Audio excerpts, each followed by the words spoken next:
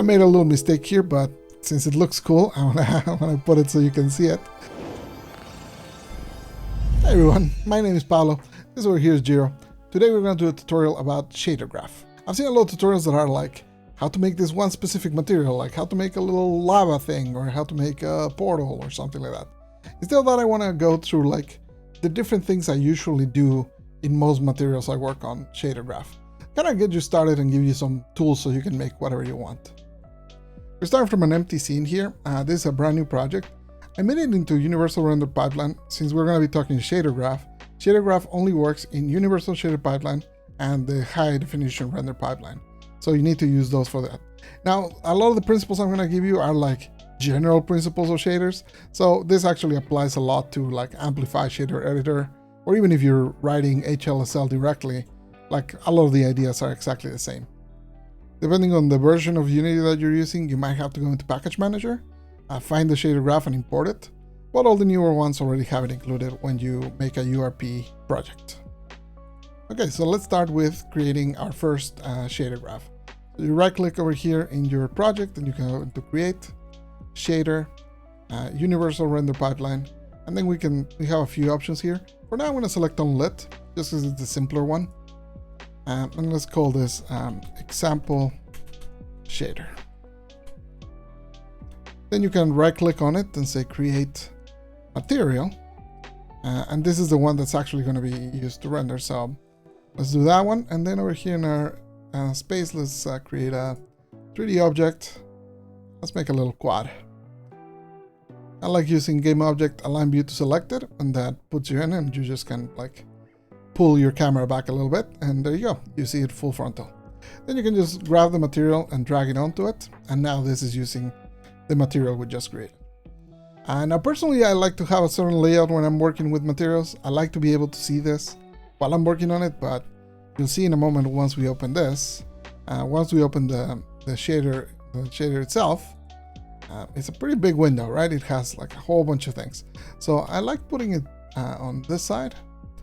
To each their own. Obviously you can arrange this however you want, but generally this is kind of what I like to do. I like to just keep it this whole space for itself, and then just kind of squeeze this guy over here, and then you can just save it as a separate layout. I have one here called Material Workshop, so if I click on that one, you can see basically it's this exact thing. I just gotta double click on the shader again. Let me move it to this side. There you go. So there we go. So we're working on it. So here you kind of have all the properties for your material. These are the things that get serialized out so that you can change them from the editor. Then this window here, which I like moving over here, is basically your inspector, but for shader graph. So this shows you the properties of the whole shader, and these are the properties of the node, although right now we don't have any nodes, so this is empty.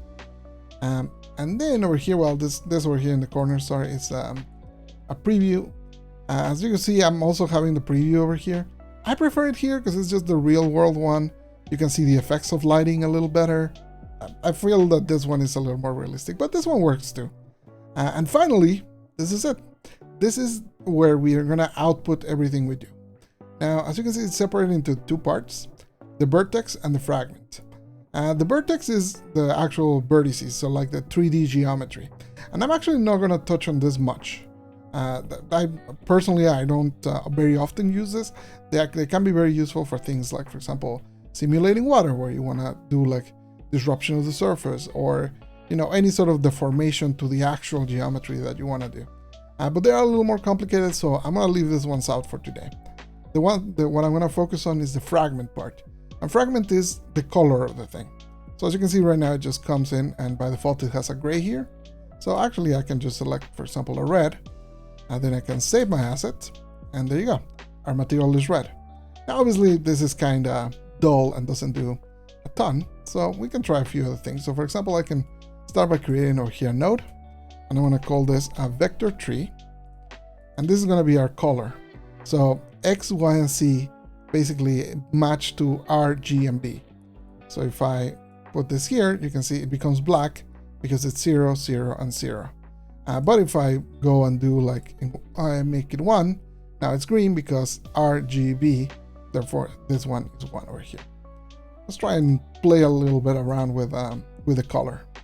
So one first thing we can do is we can create a node, and let's look for noise. And then let's just put a simple noise over here. And we can map this one to the Y. Now you can see, if I save it over here, you can see it has like ups and downs because the noise has either black or white combined into it. We can also, like, if we reduce the scale considerably, then it can look a little more interesting. Let's change it to like a 15. So it's a little like a cloudy thing. And then we can do more than that. We can grab this noise here, and we can also Control D to duplicate it, just like we do for anything else in the Unity engine. And let's hook this one to X. So it's not particularly interesting right now because these two look exactly the same, but we can actually make them different. And the main way of doing that is through the UVs. So what are UVs? Well, let's create a UV node and go from there. The UVs basically are a coordinate system that maps to geometry. So for example, this thing that we're seeing here, if I change it to wireframe, you can see that it really is just 4 vertices, right? So it has like 1 vertice here, another here, another here, another here. Each one of these has a UV value, which maps to this thing. So this UV over here actually maps exactly to this corner. This UV over here maps exactly to this corner, this one here to here. It's pretty easy to see it when it's a square. It's not as easy when it's, for example, on our preview, which is a sphere. So let's give it a try. I'm gonna grab this one here and I'm gonna put it directly into the color. And that way we'll be able to see the UVs directly here. Right? So now we can see exactly what they look like. So you can see, for example, here, it goes from yellow to green. Well, where is that? Well, this is where it's the yellow and this is the green. So basically at this point, it's sort of wrapping around. You can see if I turn it, you can actually see kind of this texture just kind of laid out in the sphere. But obviously it kind of squeezes on the top because it's a sphere, so putting a flat thing in it is hard. And it actually shows up twice. So it goes from 0 to 1, and then obviously this is 0 again, and 1. So actually you can see it's wrapped twice. Now if we change the shapes over here to custom mesh, let's see what we have here. So for example, this one, you can see that's how they set up this particular object, which is from the URP presets. That's how they laid it out. And you can see actually it's kind of, I think it's this way it should be, yeah. So you can see that this here, where it gets dark between the green and the red, is kind of here. This part is here, and this part is here.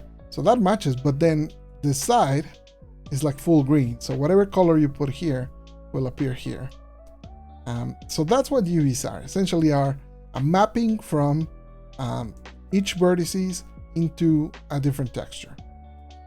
So what's our benefit from using this? Well, in here is just saying that it's using UV0, and this is UV0. So actually if I connect this here, you see it didn't change at all. So connecting it here is essentially the same because it by default is going to UV0, but I can also separate it here. And I can add a node here that's called tiling and offset, and I pass the UV here, and now I can connect this here. Still looks the same, but if I start moving the offset, you can see I can make the noise scroll around. So now they can look different. And if we do this for, we can do this for all 3 of them. I can grab this over here, I can duplicate it, I can hook it here. Then I can hook this to the Z, which is the blue, and I can give it a different offset. And now you can see we're getting this crazy pastel colors because the noises are mixing in different ways. And if we save it here and we go back to shaded, you can actually see it here in action. So we're actually already having a little bit of impact there. Let's try making it automatic right now. So for example, this offset here that we put in, we're just putting some value manually, but we can also make it scroll over time. So for that we can do right click, create node, time, and then we can hook up this directly here. And now you can see that one's moving over time. We don't have a ton of control right now because we're just hooking up directly. So we can go, instead of that, or here we can go into like multiply, and then we can multiply it like maybe by -1, and then go from here into vector 2. And right now that's hooked up on the Y, and then we can hook up this here. And now you can see, since it's basically we're making this negative, it now just scrolls up. And we have control over how we want the timing of this. For example, I could make it like really, really slow by doing 0.1. You can see now it barely moves. Or I can make it super big by making it 10. Or I can remove the negative, and that way if I just put like a 4, now it's moving downwards, and -4 is moving up. Right? So we have a lot of control over what we want to do there. Right now the transition of the colors is really soft, so we can do some tricks there. You can grab from here, go into a node. This is called a step node. It's a very useful node that you can use to essentially, what a step node does is it says, it puts a boundary on things. So you can see that right now we're passing like a white color, gray colors, and black colors. And this is saying anything below this edge 1 is going to be black. Anything below this. So if we lower the edge, you can see some of it starts appearing. Since it's a step node, it says it's either black or white. All step nodes knows is black or white. It's a binary state. So once we set it up, you can see now it does a more like a strange shape in there. And let's try doing it for the other ones to see how it looks once we combine everything with a step.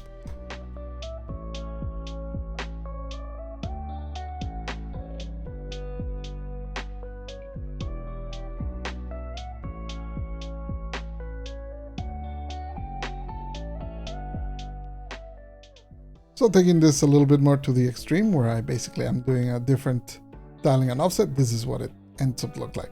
Obviously it's not, I don't know if you use this for anything, but it kind of gives you an idea of how much control you can have over colors.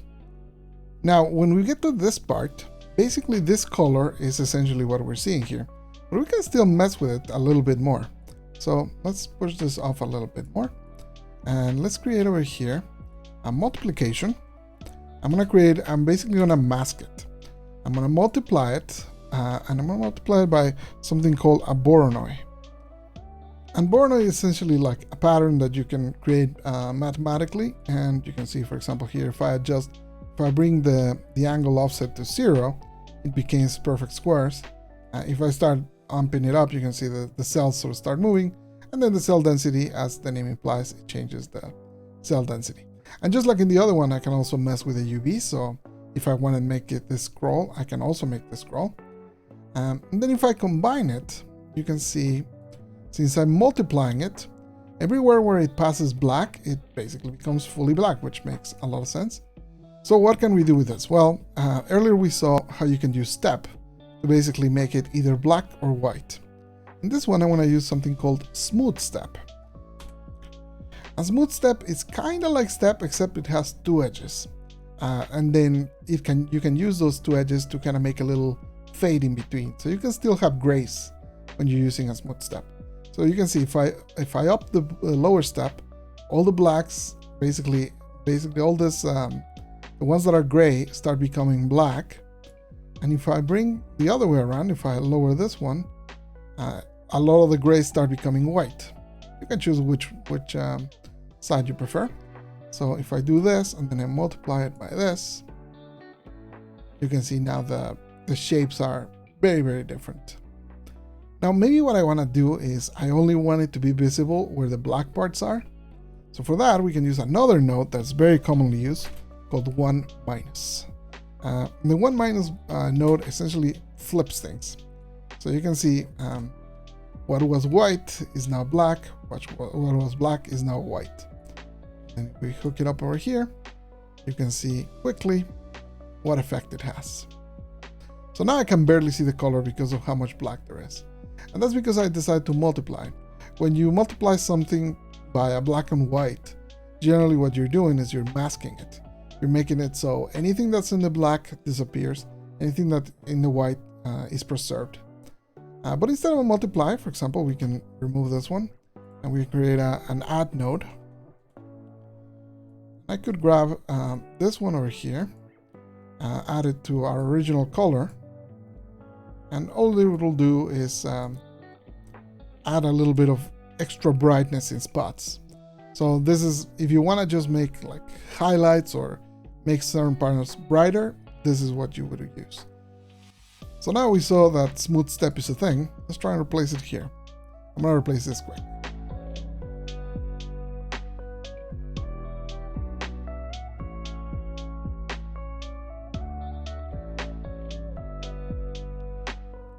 There we go. So changing to smooth step, the big advantage is that now that we have grays on the red, black, and white, we get way more interesting colors over here. So it's starting to look a little more interesting, but let's try a few other things. First, let's try and get a texture in here. So I'm gonna zoom out. Obviously, you know, the spaghetti is starting to grow here with all the nodes, but that is because I'm showing you a whole bunch of examples. You should probably, when you're doing your thing, you can always grab, for example, this part. You can just grab this whole thing, right click and say group selection. Then I can give it a name, and then this over here is going to be called color balls. Oh, I called it malls, but it doesn't matter. Anyway, so that way you can kind of know what each part of your shader is doing. So let's make a second part here, and let's make it to get a texture. So I can create a node, and then I can say sample texture 2D. Sample texture 2D will basically read from a texture, and then in here I can select whatever texture I want. I brought this one, which is Jiro. This is one of my adorable cats, and then I can simply just put it out here. And then when I save, there it is. There's the little Jiro. So that was pretty easy. That was pretty simple. Let's try and do a little bit of playing around with Jiro. So for example, one thing we could do is I have a separate texture, which we're going to sample now. You can duplicate this one and then select here and select Jiro mask. As you can see, it has black where he is and white where he isn't. And then I can simply go from here and do a LURP. LURP is a linear interpolation. You've seen some of my other tutorials, you know that I'm a little bit, I'm a big fan of interpolations. So we want to connect this one on the 0, which is basically wherever it's black, go to this one. Wherever it's white, we want to go to this one.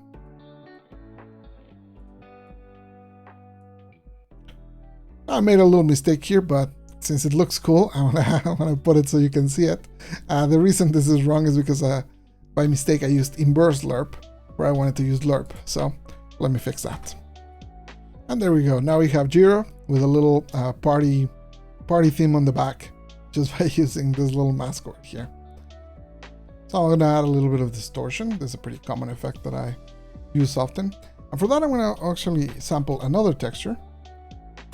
And I have an asset here from a collection called Disturbulance, which are like tiling textures with cool patterns. I'll put a link down in the description if you are interested in checking it out. And then what I can do is use the input of this texture, which as you can see, this is like a bunch of little like squares and stuff. I can use those to modify the UVs of the Jiro picture to kind of distort it a little bit. So let's do that. So for that, I'm going to create a node over here. I'm going to call it UV. Then I'm going to create another one like we did earlier called tiling and offset. And then on the offset, I'm actually going to pass this value. And then I'm going to connect this to him. I'm going to connect this here to the UVs. And I'm going to connect it in the map to the UVs. And then if I save this, just so that you can see it, it already looks like the little squares are kind of just deforming. Basically what they're doing is, since I'm adding them, they're moving to the side and picking a different color. So over here, to control how much I wanted to do that, I can do a multiply. And then this one here is going to go to a float. And this is going to be the amount I want to basically offset the value. So if we look at the preview here, so I want to change this into a little quad so we can more easily see it. So you can see right now it's doing nothing, but if I start increasing this value, it starts basically grabbing from a different part of the texture, doing a little bit of distortion there. And now let's make it move so it looks a little more interesting. And for that, we can just copy what we did earlier over here, where we did the time, then multiply by a vector. So we can just basically grab this 4 nodes, this one, this one, this one, this one. We can duplicate them and then just take them where we need them, up in here. And you can see we have a little extra connection here that we don't want, so just delete that. And then this one goes here. And it looks like squares just because of the texture I selected, but we can easily just swap this one out. So if I select, instead of this one, this wavy one, you can see it looks very, very different. In fact, now it looks like too much distortion. So if I lower it a little bit, you can see it almost looks like a heat wave of sorts. And so you can do a lot of things just by tweaking which asset you choose to use, and then just how intense it gets, because obviously once you do something like this, the distortion is pretty extreme. So there's a whole bunch more things that you can do with a shader. These are just some of the nodes that I find myself using the most often, and that I feel like help you sort of understand what is happening, how the colors are sort of being manipulated to actually go out. So hopefully that gives you like a good foundation. The last thing I want to go over a little bit, at least, it's PBR. PBR stands for physically based rendering. And the whole idea of it is to try and basically more model how real light interacts with materials in the real world. And we're trying to model that in game. So we're starting from a very similar situation to what we had on the other material. I just loaded the default scene from the URP. I added a cube in it. I made a little material and I added to it. As you can see, we still have just vertex and fragment. So if you want to use PBR, you got to switch over here in the graph settings. You got to change the properties from unlit to lit. So now we have all these variables. Let's start hooking up. So the first one is the color. And you might look at this and see it referred to as like diffuse or albedo or main texture. Those are like the common names that you'll see in a lot of materials for this slot. So let's hook it up just like we did before. We're gonna grab a texture. So sample texture 2D. I'm gonna pass it in here. Then I'm gonna select, I have a little package that's called Grand Desert. So if I select this one here, actually we can see all the different textures that we have here. We're not gonna use all of them, but we're gonna use most of them. So you can see once I have that one, I can save it, and over here I can now see this thing. As you can see, it looks really flat. Like the light here, you can see the light that's coming from the side. It's sort of illuminating the whole thing as flat. So it makes the object look super, super flat. So the first thing we can do to help with that is give it a normal. So a normal in general is a vector that points outwards. So for example, this cube has this face, right? And this face is sort of flat this way. So a normal would be a vector that points here and points upwards. So it points on the way outside of the texture. So when you, that's what a normal is. So when you hear about a normal map, what you do is when they create the asset, they will basically save into a texture what the normal would be for like this crevice over here. So for example, if you imagine the vectors here, they will be like little lines coming out this way, whereas the vector for this one would be a line coming outwards this way, or coming upwards this way, sorry. So you can use those little directional, the saved data from those directional normals to sort of fake the lighting that you would get if there was more geometry here than there is. So we can duplicate our sample texture over here. This time we drop the normal into it. Now that's not enough. We also have to go into the type here and change it to normal. And then if we hook this up to our normal and save, you see a big difference on how the light is reflected. Now it almost looks like it really has some depth to it. It really doesn't, but the normal helps a ton.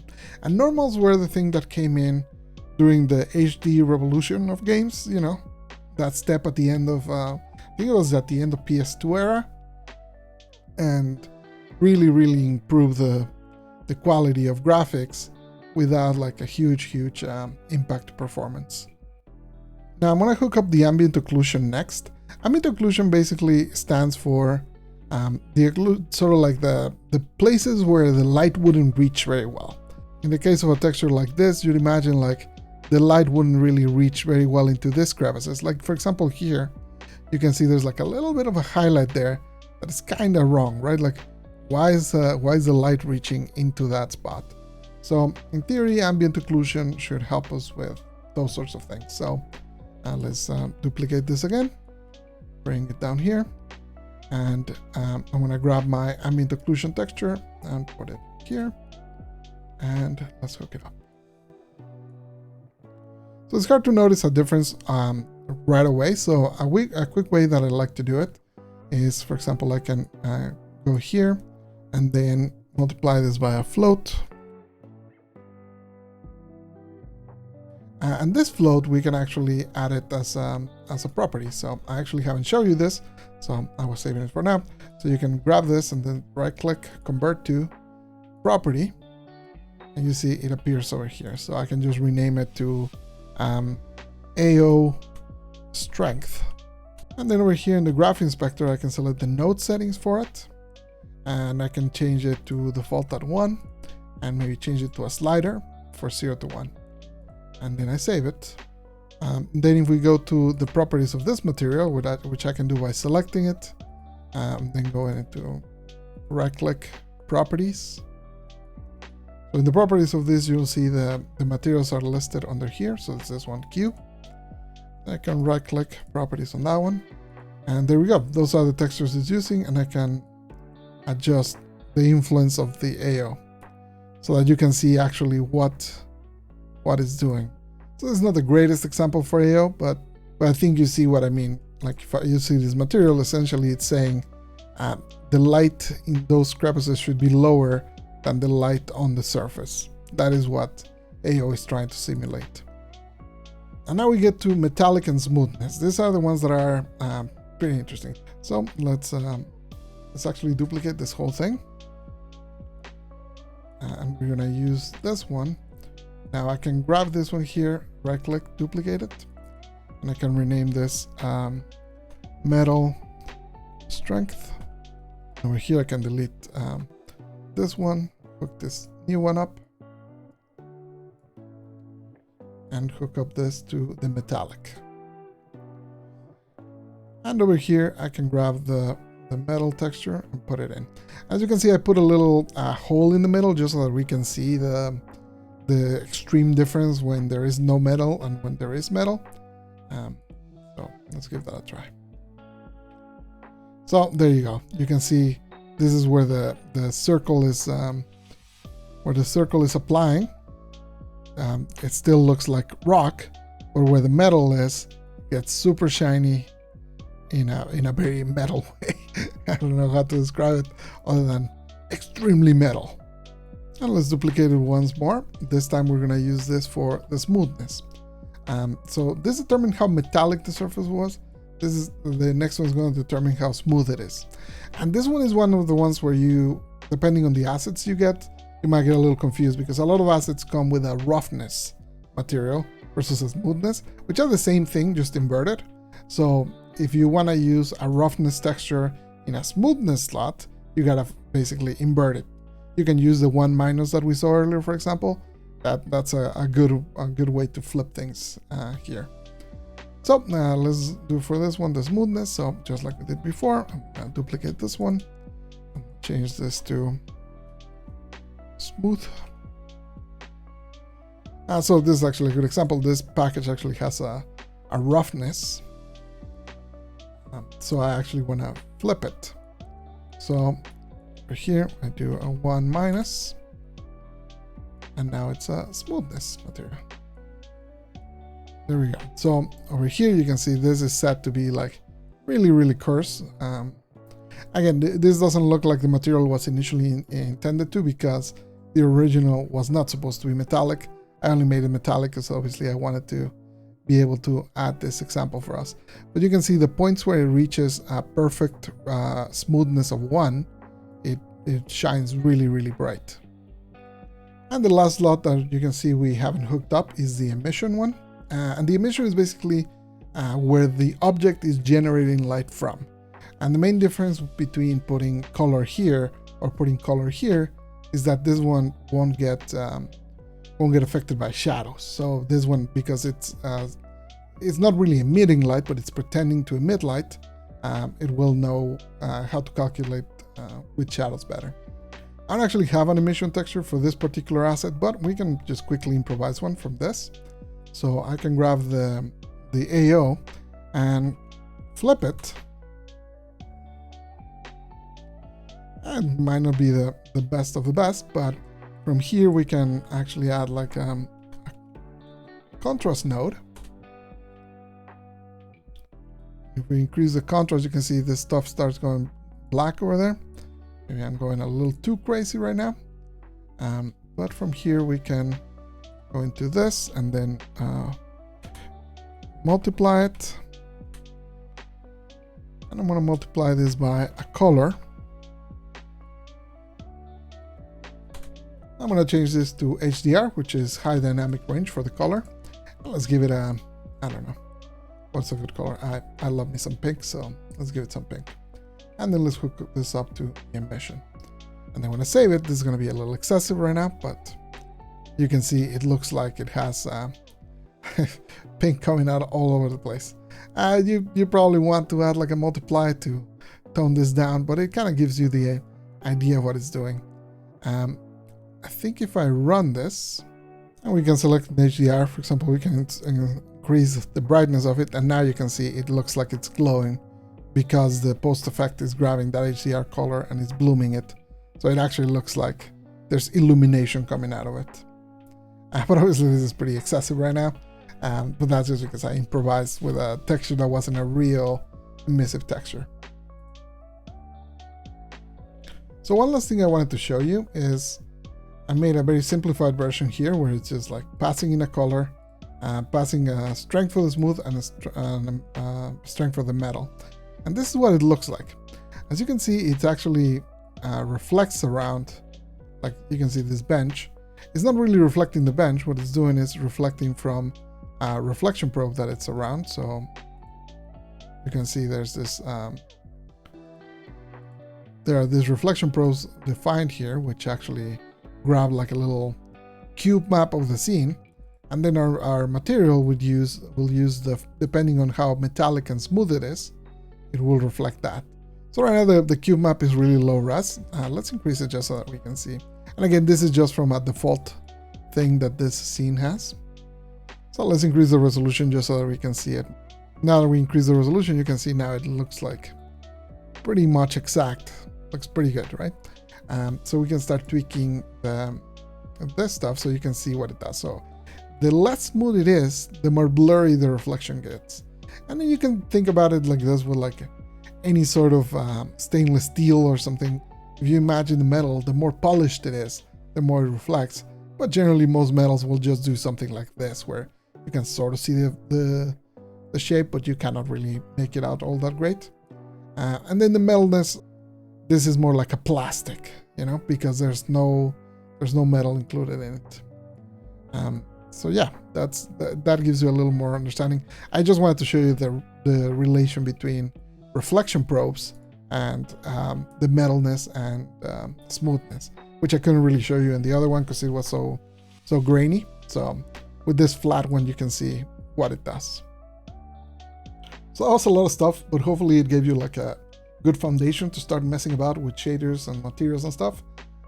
If you want to see me make more shaders and stuff, I do this very often on Mondays, Wednesdays, and Saturdays on Twitch. And also, if you like the video, don't forget to like and subscribe and all the things that you do below there. If you also want a specific tutorial, leave it in the comments. Maybe I'll get to that one. Anyways, I'll see you in the next one. Adios!